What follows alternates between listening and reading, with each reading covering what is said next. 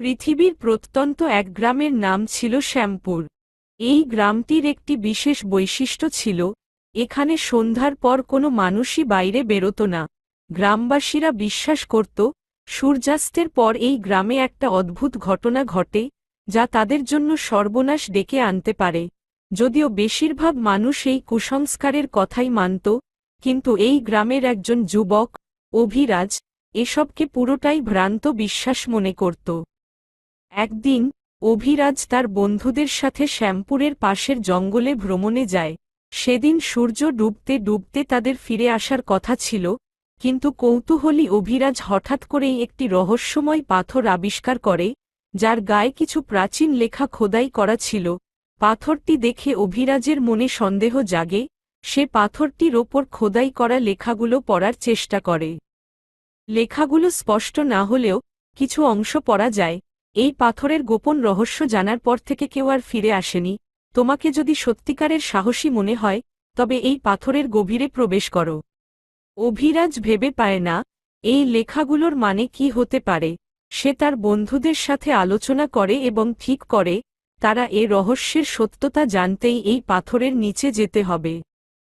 অন্ধকার নামতেই তারা পাথরের নিচে যাওয়ার একটি সিঁড়ি খুঁজে পায়। সিঁড়ি বেয়ে নিচে নামার সময় তাদের মনের মধ্যে নানা ধরনের আশঙ্কা আসে, কিন্তু তারা পিছিয়ে আসে না। নেমে এসে তারা দেখে, নিচে একটি গোপন কুঠুরি রয়েছে, যেখানে কিছু অদ্ভুত প্রতীক এবং প্রাচীন শিল্পকর্মের ছবি আঁকা রয়েছে। কুঠুরির দেয়ালে একটি প্রাচীন মানচিত্র টাঙানো ছিল, যেখানে কয়েকটি স্থানের নাম লেখা ছিল: শ্যামপুর, রুদ্রনগর, সোনারপুর এবং ভ্রমণচক্র। মানচিত্রের কেন্দ্রে ছিল ভ্রমণচক্র নামক একটি স্থান। লেখাগুলোতে উল্লেখ করা ছিল যে, ভ্রমণচক্রের রহস্য যারা জানবে, তারা একটি অসীম শক্তির অধিকারী হবে। অভিরাজ ও তার বন্ধুরা মানচিত্রটি দেখে অবাক হয় এবং ঠিক করে যে, তারা ভ্রমণচক্রের রহস্য উদ্ঘাটন করবে। কিন্তু তাদের ঠিক সেই মুহূর্তে তাদের সামনে আসে এক ধোঁয়াশা, এবং সেই ধোঁয়াশা থেকে এক বৃদ্ধ মানুষ আবির্ভূত হয়।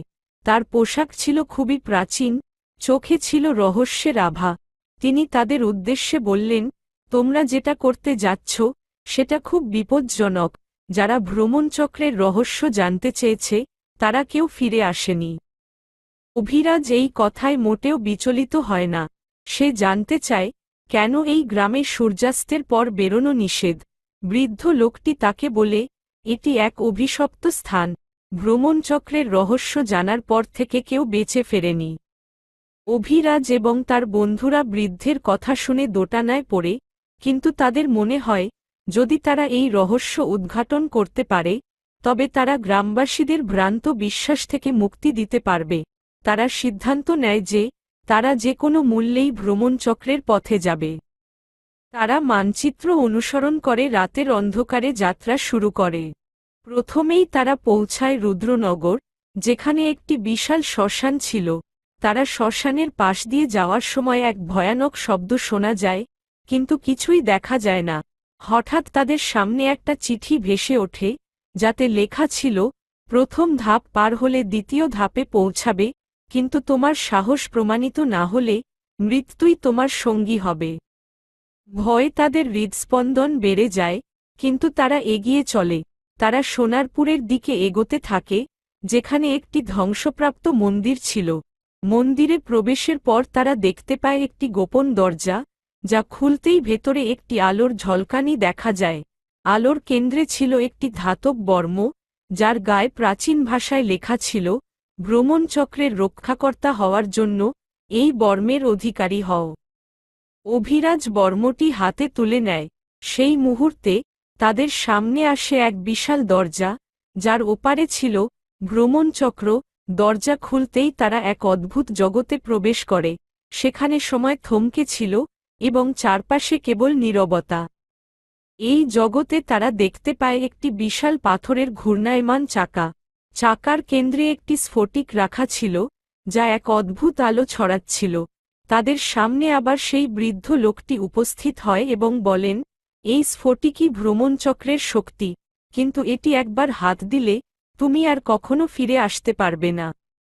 অভিরাজ এবং তার বন্ধুরা তবু স্ফটিকটি হাতে নিতে চায়, কারণ তারা জানত, তারা একবার যদি সেই শক্তি পেয়ে যায়, তাহলে তারা অসীম ক্ষমতার অধিকারী হবে। কিন্তু অভিরাজের মন থেকে কিছুতেই শঙ্কা দূর হচ্ছিল না। বৃদ্ধ লোকটি আবার বলে, যদি সত্যিই সাহস থাকে, তবে স্ফটিক স্পর্শ করো।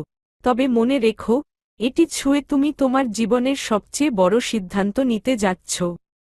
স্ফটিকটি ছোঁয়া মাত্রই তারা এক আলোর ঝলকানিতে ডুবে যায়। তাদের চারপাশের সবকিছু মিলিয়ে যায়, তারা নিজেদের শ্যামপুরের পথে ফিরে পায়। কিন্তু তাদের সাথে আর কেউ নেই, শুধু অভিরাজ দাঁড়িয়ে ছিল, এবং তার হাতে ছিল সেই স্ফটিক। সে ফিরে এসে দেখে, গ্রামবাসীরা তাকে দেখে চমকে গেছে। তারা বুঝতে পেরেছে, অভিরাজ ভ্রমণচক্রের শক্তির অধিকারী হয়েছে। কিন্তু তার সাথে ছিল এক অভিশাপ, সে কোনো দিন আর ফিরে আসবে না, সে চিরকাল এই রহস্যের জগতে থেকে যাবে। অভিরাজ এখন এই সত্য উপলব্ধি করেছে। সে জানে, সে অসীম ক্ষমতার অধিকারী হলেও, সে আর কখনো সাধারণ জীবনে ফিরতে পারবে না। তার জীবন এখন শুধুই একটি ভ্রমণচক্রের মধ্যে আটকে গেছে, যেখানে সে অসীম শক্তির অধিকারী হলেও, সেই শক্তি তার জন্য কিছুই এনে দিতে পারবে না। এই গল্প থেকে শিক্ষা পেলাম যে জীবনে সবসময় রহস্যের পেছনে ছুটতে হয় না। কখনো কখনো সাধারণত জীবনই আমাদের জন্য সবচেয়ে বড় পুরস্কার। ক্ষমতার পেছনে ছুটতে গিয়ে কখনো এমন ফাঁদে পড়া উচিত নয়, যা থেকে মুক্তি পাওয়া অসম্ভব।